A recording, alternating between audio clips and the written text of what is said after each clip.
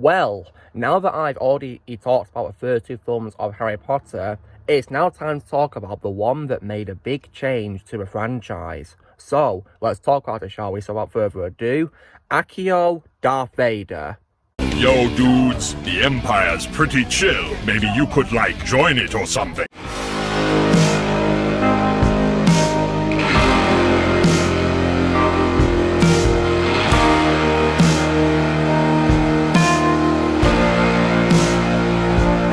Lucimus Prime here, so it's time for another review in the Harry Potter film series of reviews I'm going to be doing. So, in today's review, guys, I'm going to be talking about what is, of course, the third installment of the franchise, and this, of course, is none other than 2004's Harry Potter and the Prisoner of Azkaban. So, yeah, now, this is definitely one of my favourites in the franchise. I definitely love this film, guys. It's a great movie in my opinion, and I'm going to be talking about it. And also, today, guys, I'm not alone for this review because joining me to review this movie once again is my very good friend X-Blaze. So, I'm going to let him share his thoughts on the film first. So, yeah, without further ado, take it away, X-Blaze.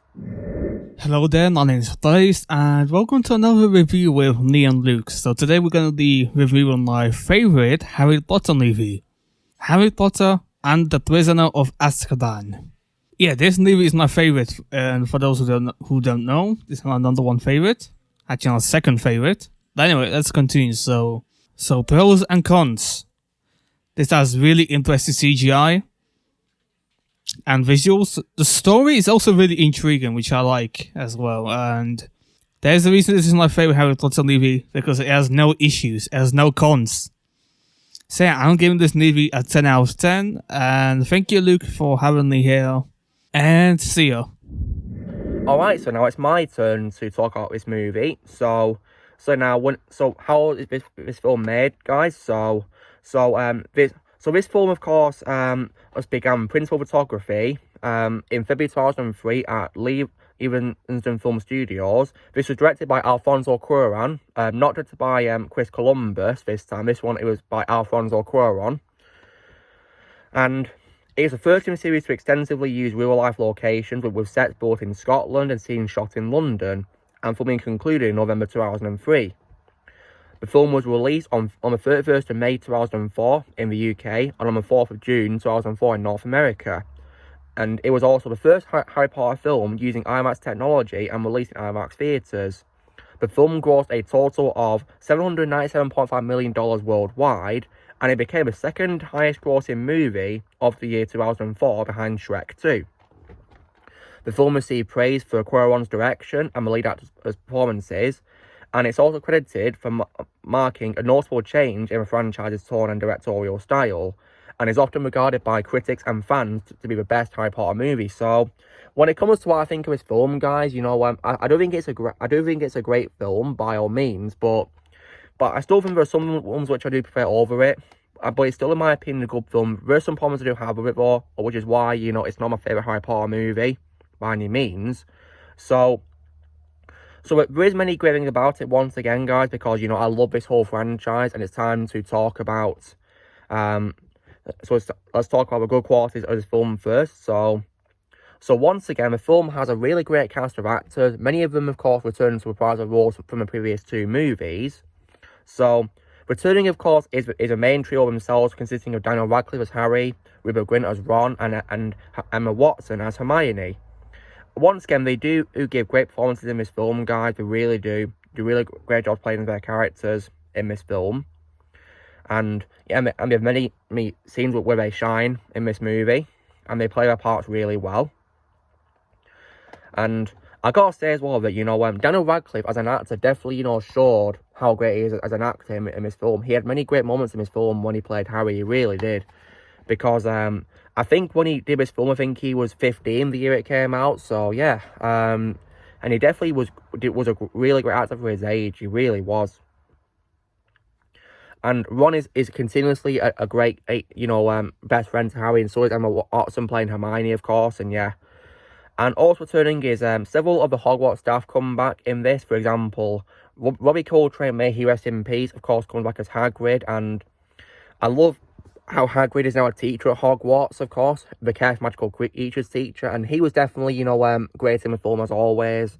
And yeah, like Harry, of course, in the last movie, there's no Hogwarts without Hagrid. And yeah, he's not wrong there at all. And also as well, Albus Dumbledore also does return, the Hogwarts headmaster, guys, but sadly, due to Richard Harris's death in 2002, shortly before the second film premiered, it was decided that Dumbledore will be recast, and of course, he's now played by Sir Michael Gambon from this film onwards, and I do like Michael Gambon, you know, a bit more as Dumbledore because he had more to do as a character. But I still love Richard Harris for as well. But Michael Gambon I do love, especially from this film where he made his first appearance. And I can definitely understand why fans of Richard Harris may be upset to see him being replaced with Michael Gambon. But still, though, you know, you can't really tell a story without Dumbledore. So I thought it'll probably make sense for him to recast him. So yeah. And Michael Gambon was still really great in this movie as Dumbledore nonetheless, and will continue to be great in the next movies. And also as well, several other staff members also returned. For example, Dame Maggie Smith comes back as Minerva McGonagall, and she was once again great in the role. She didn't have very much scenes in this film, guys, but she still was great as always as a character. And of course as well, Alan Rickman was also once again and great as Professor Snape, of course, and yeah, Severus Snape also will be my favourite Harry Potter character of all time, guys. And yeah, in this film, he's still great as always. And the film also introduces several new staff members of Hogwarts, and one of them who is introduced is Professor Sybil Trelawney, played by Dame Emma Thompson. I think this is probably my favourite role of Emma Thompson, and she played her part really well, in my opinion, in this movie. Pretty entertaining teacher as well. Although, of course, it was evident that her lessons were boring with characters because Ron fell asleep. And also as well, now, one notable addition to the staff that I do want to talk about a lot is definitely Professor Remus Lupin, played by David Thewlis. And Lupin is such a really interesting and cool new character, guys, and he's likeable from the very moment you get to meet him, because he, of course, is one who saves Harry and Hogwarts Express from the Dementors, who we'll be talking about in a little moment, and then he's revealed to be a new teacher for Defense Against the Dark Arts. And I think I regard Lupin as probably my favourite teacher of that subject, because he made his lesson very entertaining, and he's definitely a very nice friend to Harry as well, and he's also one that trained him to fight the Dementors off with of course, the new spell, which is, of course, the Patronus Charm. And his lesson where he was teaching about boggarts was definitely really funny, in my opinion, and I wonder how Alan Rickman felt when he had to dress up wearing you know, Neville's grandmother's clothes. Yeah, that's actually really funny.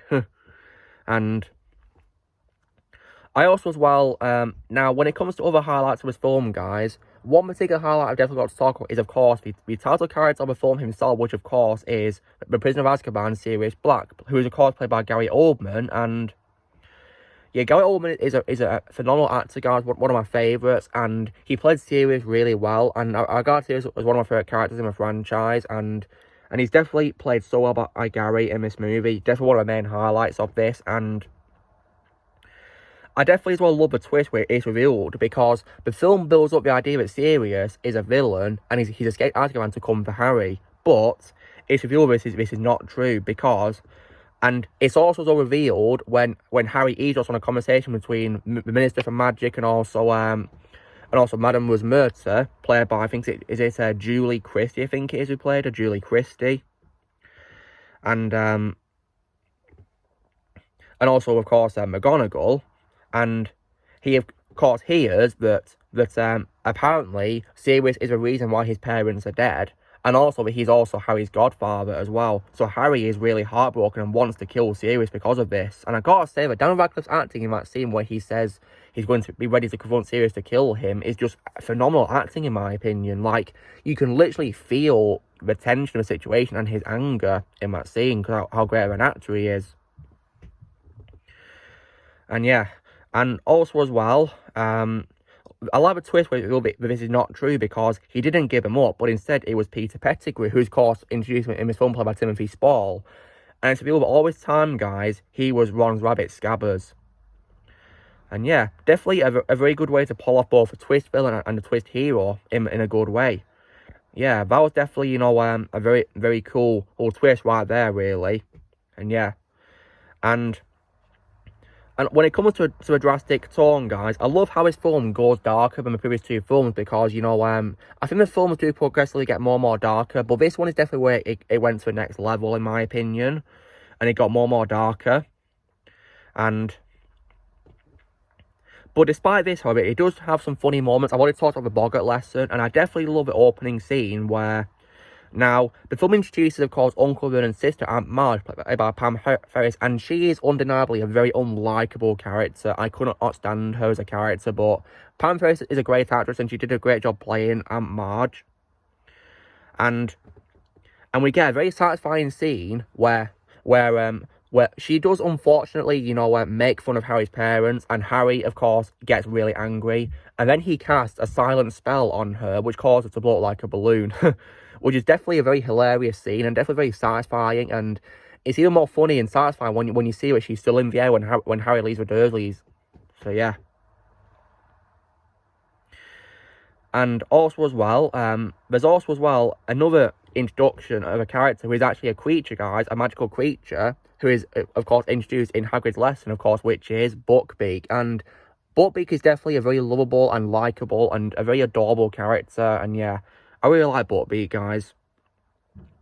And I definitely love the scene where Harry strokes him and then gets to ride him through Hogwarts and down the lake. And of course, Harry does that pause where he says, "Whoa!" And then after that, when he lands, however, Malfoy now, of course, continues to be the unlikable character he is, thanks to great performance by Tom Felton. And he ends up, provoking Buckbeak, despite Hagrid telling, the students they shouldn't, provoke Buckbeak because he doesn't like it. And that results in Buckbeak then, of course, whacking Malfoy's arm, which instantly breaks it, which is definitely very satisfying because Malfoy had it coming, but sadly, however, it does result in Buckbeak being put on trial and sentenced to execution, so yeah, poor Buckbeak.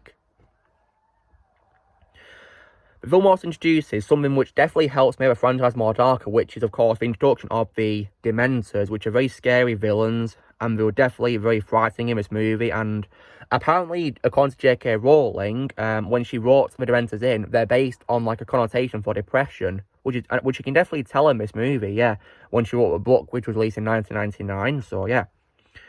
And they were definitely a great addition, and I personally like their design the most in this film where they got their cloaks on. I didn't really like them in the next films they took off their cloak. I prefer them in this film where they have their cloaks, because that made them more frightening in my opinion. And also as well, the CGI for this movie is also once again top notch and definitely very impressive for 2004 standards. I definitely think it's aged really well in my opinion. Yeah, definitely does look like it's aged gracefully. Because, yeah, this film is 18 years old, guys, at the time of this recording, and it's definitely aged really well, in my opinion. The film also has, once again, a very amazing score composed by my favourite composer of all time, John Williams, and I like how, compared to Chamber of Secrets, he had more time to do, new scores in this movie, and he, of course, introduced lots of brand new music in this film, which was definitely nice to listen to, because as well as bringing back Hedwig's theme, the main theme of the franchise, he brought in lots of brand new themes, which are definitely very nice to listen to. And he, as always, he does a great job composing, and sadly, this was his last Harry Potter film he did the music for, because I think after this film, he decided not to compose for the next film due to, composing other movies, which is understandable. But the rest of the composers still did a good job nonetheless, and I like how they still used John Williams' his main theme for Harry Potter in their own soundtracks. And I also, as well, love how the film expanded on the world building as well of the franchise. For example, we of course get to know the background of how Harry's parents died and due to a betrayal, which of course is revealed to be by Peter Pettigrew later on. We also get to know about Harry, his father's inner circle known as the Marauders, because in this film, guys, Harry wants to go to the village of Hogsmeade, but he can't because he hasn't got a signed form by a parent or a guardian, sadly. So yeah, that's of course the form he wanted Uncle Vernon to sign at the beginning of the movie, which unfortunately never happened, did it? And so he's about to go using his invisibility cloak to Hogsmeade, but Fred and George, however, stop him, and they give him a little gift, which of course is a Marauder's map, which of course is a map of Hogwarts, which is actually live and showing everyone who is there walking around at that very time. And it's definitely a very handy gift right there, of course, yeah. And of course, the Marauders, of course, are of course part of Harry father's inner circle, of course, yeah. And of course as well, the film also, as well, has many amazing cinematography and beautiful scenes. Like, I think they're very visually stunning, in my opinion, and And as well, for example, the film once again has a Quidditch scene, but I like how this film did something different, where it had it in a storm this time compared to the previous film where it was in daytime and nice, beautiful sunshine. Whereas in this film, it took place during a storm. And that scene was definitely very visually stunning, in my opinion. And also as well, now, one of the things I do also love about this film is now, I love how, while the first two films were focused on, Voldemort as a villain, I love how this film did something different by focusing instead on Harry's backstory with regards to, of course, his godfather, Sirius Black. I like how it did something new there, which I really appreciated. How a sequel didn't rehash anything from before, it did something new this time, which I definitely did like how it did that. Because sometimes sequels are guilty of rehashing their predecessors, but this film thankfully does not, because it thankfully did something brand new by not featuring Voldemort only via mentions only. And yeah, so, and other great things about this film is there is also some other great supporting cast members in this film. For example, Mr. and Mrs. Weasley come back at the beginning of the movie, played once again, of course, by Mark Williams and Julie Walters, and they're once again great in their roles. And James Oliver Phelps are also funny, in my opinion, as Fred and George. Definitely very funny, in my opinion. And in this film, no exception. And also as well, what's also great about this film, it also has a very heartwarming ending as well, because we get introduced to a new gadget of Hermione's, which is called a time turner, where she can use it to go back in time. And whenever she flicks it, it goes back an hour, which is really cool. And she and Harry use it to go back in time to save Sirius from being, set on by the Dementors, of course, in the Dark Tower of Hogwarts. So they go back in time, and of course, Hermione, of course, knows the rules, being that she can't be seen by anyone. And they decide to rescue Buckbeak from his death, which is what they do. And of course, before that, of course, he did, of course, get rescued, but the film cinematography made it look like he had been executed, and they definitely did a great job with that, yeah. They literally made me think he'd been killed, but of course, later on it was revealed that he'd been saved. But Hermione, Ron, and Harry in the past, of course, did not notice that he'd been rescued, probably due to the obscurity of their vision, I guess, maybe, because they looked up from the hill. Yeah. And that's of course when Scabbers ran off towards the Whomping Willow, and then of course, Sirius, in his Animagus form as Padfoot the dog, then, of course, drags Ron down towards the Shrieking Shack, which, of course, is regarded as the most haunted building in Britain. So, yeah, pretty scary. I can see why it's a very frightening place, in my opinion.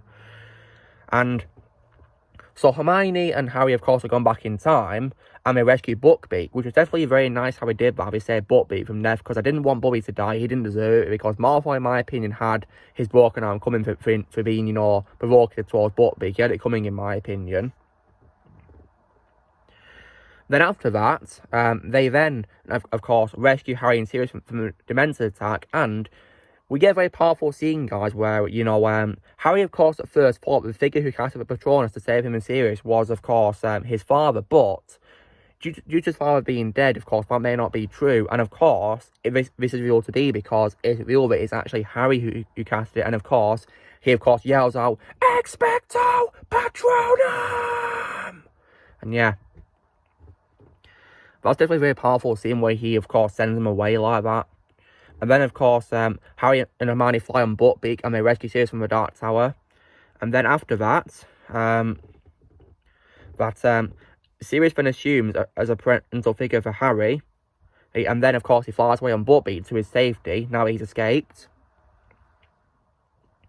And then at the end of the movie, Lupin is of course resigning because he's revealed to be, of course, a werewolf, which is pretty cool. And of course, the CGI for Werewolf Lupin definitely aged really well, in my opinion. And now there's also a really cool detail I do about the Hogwarts Express scene, because you guys may notice that Lupin was asleep on the Hogwarts Express. Well, the thing is that when you look at the calendar for the day that Harry, Ron, and Hermione go into Hogwarts, if you look at the previous day and you check when the moon was out, on that day there was a full moon, meaning that he had a very, very busy night being a werewolf. So yeah, he was obviously very tired from it.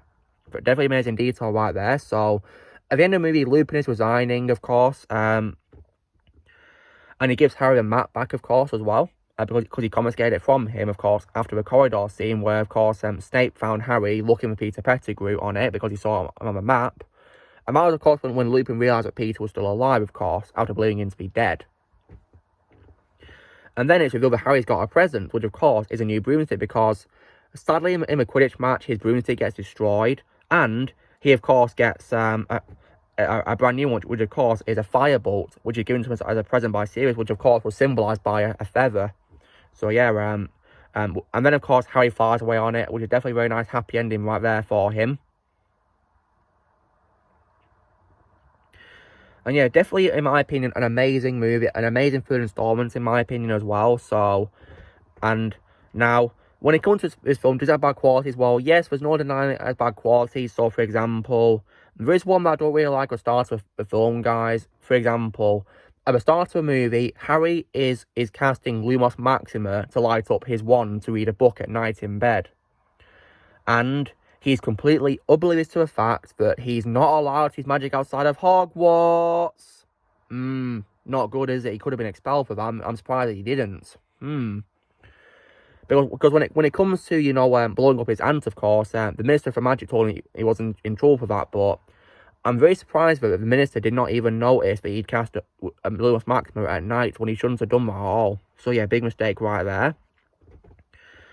And when it comes to a night bus scene, guys, it is a very cool scene, very visually stunning for its time. And I like Stan Shumpike, of course, but I personally did not like the shrunken head on there because that was very annoying in my opinion. And even more so now because I found out that he's voiced by Lenny Henry, who I recently lost respect for because of what he said about Rings of Power or a TV show on Amazon Prime, saying that it's good to be unfaithful to J.R. Tolkien's work. So that's why I lost my respect. So yeah, and the shrunken head was just very annoying in my opinion. One thing as well that I also didn't really like about this film that much was also with regards to the werewolf situation, because when you become a werewolf, of course, you lose all memory of your other self, right? But in this film, both Sirius and Hermione tried to, make Lupin remember who he is. But, of course, they should know that they can't do this because, when you become a werewolf, you don't have any memory of your past self, really, compared to animators who do. So, yeah. So the best option they should have had was just to run, really, because Lupin as a werewolf was dangerous, of course. So yeah, that was not really, a good move for him to try and convince him who he is, yeah. And also as well, I also as well didn't really like as well how Ginny Weasley was all quite underused compared to a previous movie because she had a big role in the second film, but in this film she only appears for like a cameo appearance where she has only one line, so she was quite underused in my opinion, really. Yeah, it's a bit disappointing.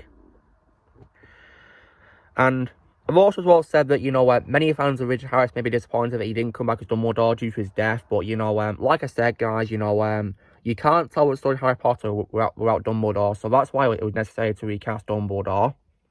And Michael Gambon proved to be an amazing successor. And in my opinion, he was, he's my favourite Dumbledore as well. That's what I'll say.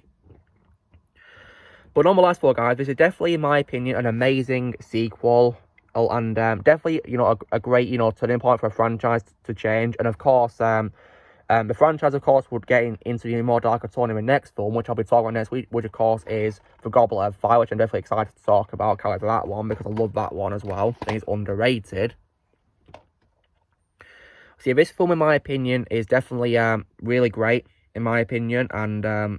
And so, if I was to give it a score out of 10, guys, well, I think I gave it the same score I did back on my ranking video back in 2020. But yeah, I think I still give it the same score. Because to this day, guys, because of all slight nitpicks I have, such as that Ginny was underused, and also that Harry used magic outside of Hogwarts, on purpose, even though he could have got expelled for it, was not a good idea, in my opinion.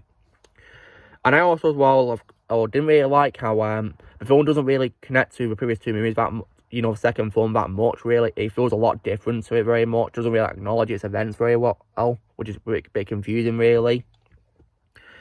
Kind of feels like a standalone film, really, to be honest. Which is a sequel to the first one, because it doesn't really acknowledge the second film that much, really. So, yeah. But, nonetheless, it is still, a great third installment, guys. And if I was to give it a score out of 10, I would give Prisoner of Azkaban a full-blown 8.5 out of 10. That's what I'd give it, yeah. Great movie, in my opinion. I'd give it a very solid score of 8.5 out of 10. So, yeah. So guys, this is me doing my review for Harry Potter and the Prisoner of Azkaban.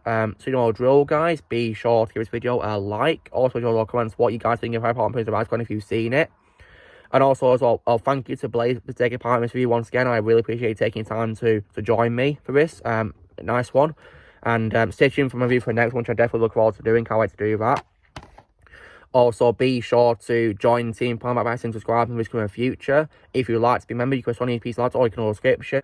And Mischief Managed.